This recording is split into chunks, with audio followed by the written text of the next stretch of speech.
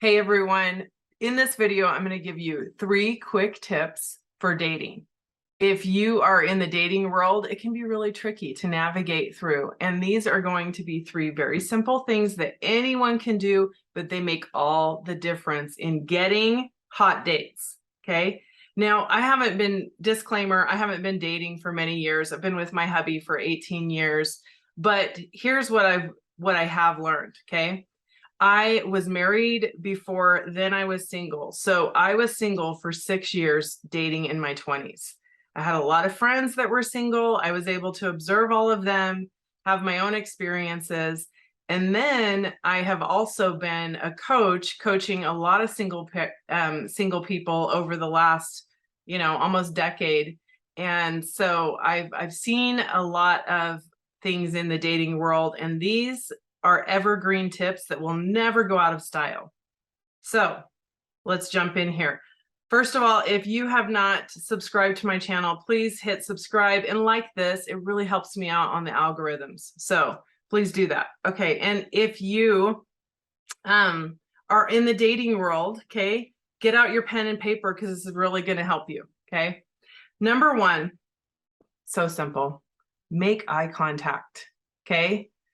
When you are going out into, let's say you're going to a party or you're at the grocery store, you're at the club, wherever you're at to meet people, if you're not looking at someone and giving them that opportunity to think that you're even interested in them, and giving them that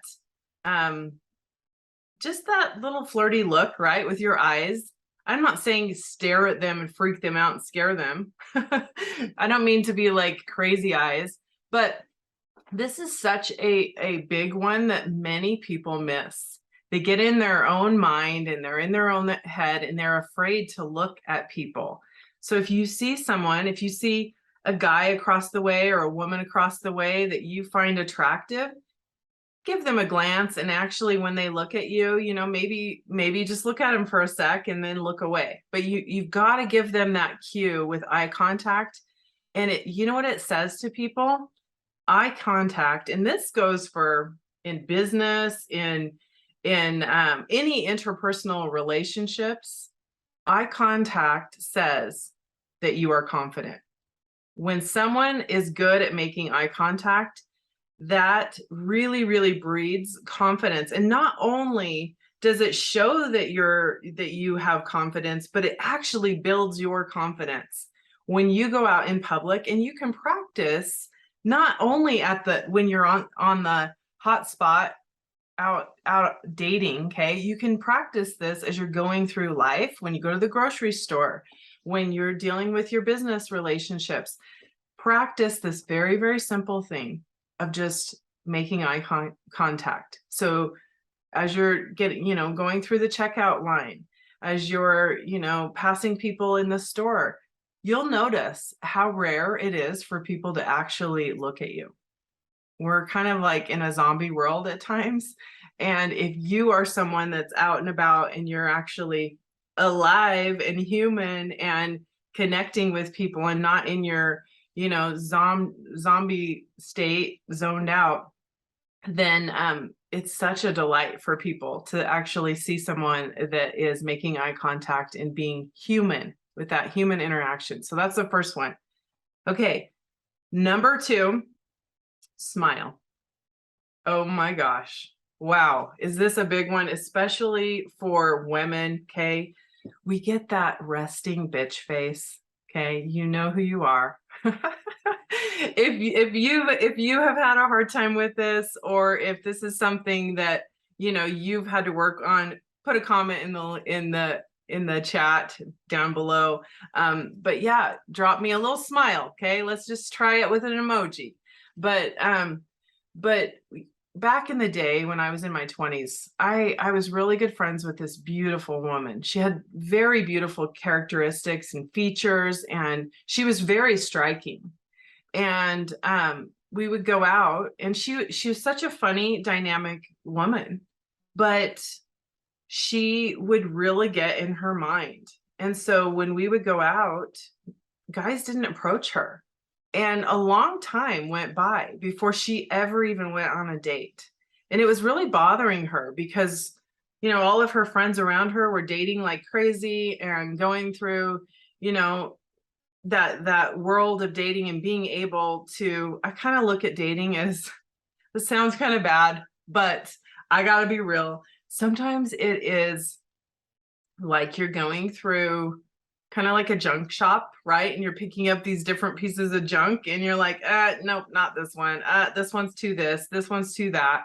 And then eventually you meet your gem, right? Your gem. And that's what you're looking for. You don't stop at a piece of junk. You keep going until you find your gem, because that's what you deserve. Now, I'm not going to go over in this video how to use the law of attraction and how you're attracting certain things, because, or certain relationships and people in your life, because that's a whole nother big kahuna that I go over a lot in a lot of my different coaching sessions. But we're not going to get to that today. This one's going to be a short and sweet 3 tips. Okay. But with back to this friend of mine, she wanted to jump into the dating world, and she was lonely, and she was starting to feel like, what's wrong with me? Why do guys not approach me and ask me out on dates? And I would say to her, you're gorgeous, you're funny, you're dynamic. There is no reason why you should not be dating. But what I saw, and I pointed out to her, is you are unapproachable. When you go out, you have this mean mug on your face, and guys are like, whoa, she's going to reject me, or she looks mean, or she looks, like drama or scary, or whatever people think when you have, a resting bitch face, right? So I told her, you got to practice this. You got to start smiling. If somebody smiles, they are more attractive. They've done studies on this. And when someone smiles, then people want to approach them. It's like an invitation to say, hey, I want to be that person's friend, or I want to date that person, or I want to be in their world. It's like a magnet and an invitation to come on in if you smile. Now, sometimes you want a mean mug on your face because you're like, I don't want that person coming my way. So, maybe you close that door. That's cool. So you can use this to your benefit. But generally speaking, when you go out and you smile, you can connect with people, you can make friends with people, you can date, and you can open up that invitation for people to approach you, and then decide whether you want to, go on that date or not. So we practice this with my friend, and I would tell her, hey, you got to change it. Come on, smile. And I would kind of nudge her, like, we're out and about, and I'd be like, you're mean mugging, you've got that face on now, like, smile. And she really started to work on it. She got really good. I used to say that, I was going to write a book on how to flirt and how to get whatever you want from your partner, because I really learned, in fact, I'm the youngest there's 6 girls in my family. And I got to give my sisters a lot of credit because they taught me a lot about flirting as a very young child. Not good, I know.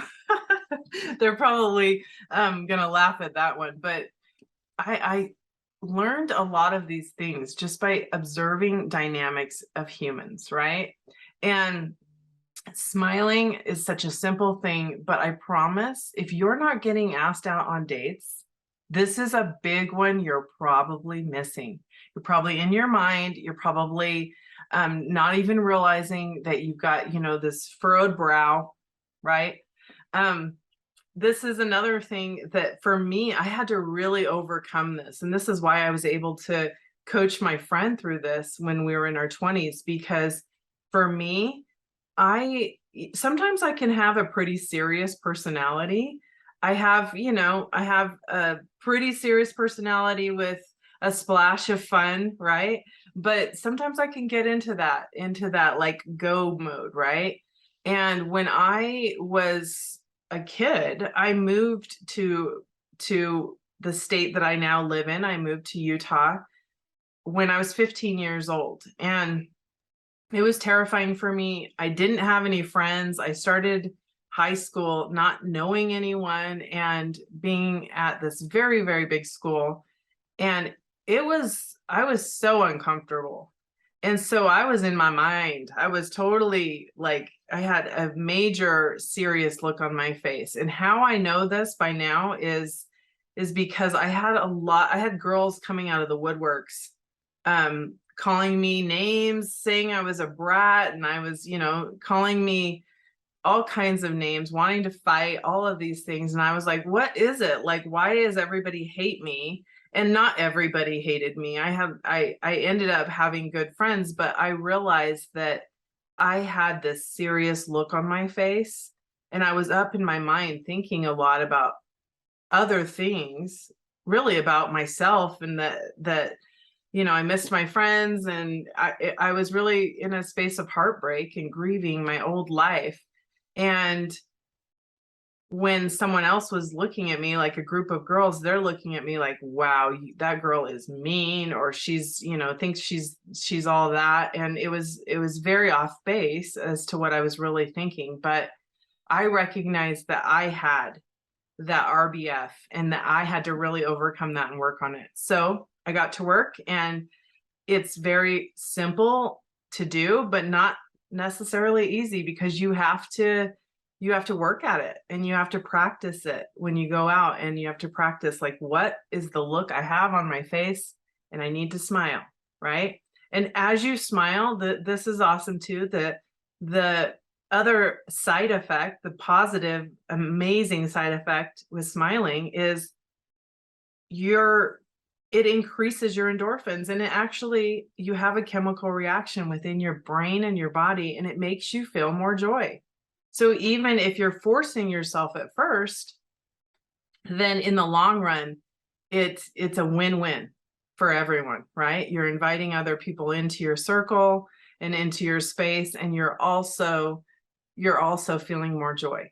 So people want to be around joy. They are repelled by anger and sadness and fear, right? So smile.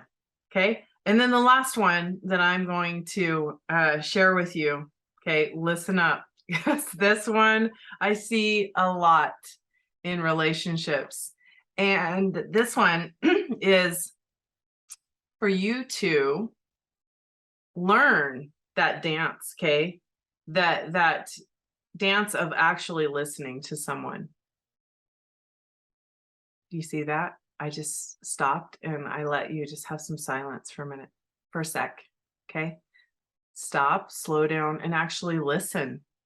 Now, if you're someone, and I know you're going to feel me on this one, if you have had this experience, and I know we all have, but there are certain people where you feel like you have to carry the conversation the whole time. They don't say anything, right? And it's annoying. You don't want that.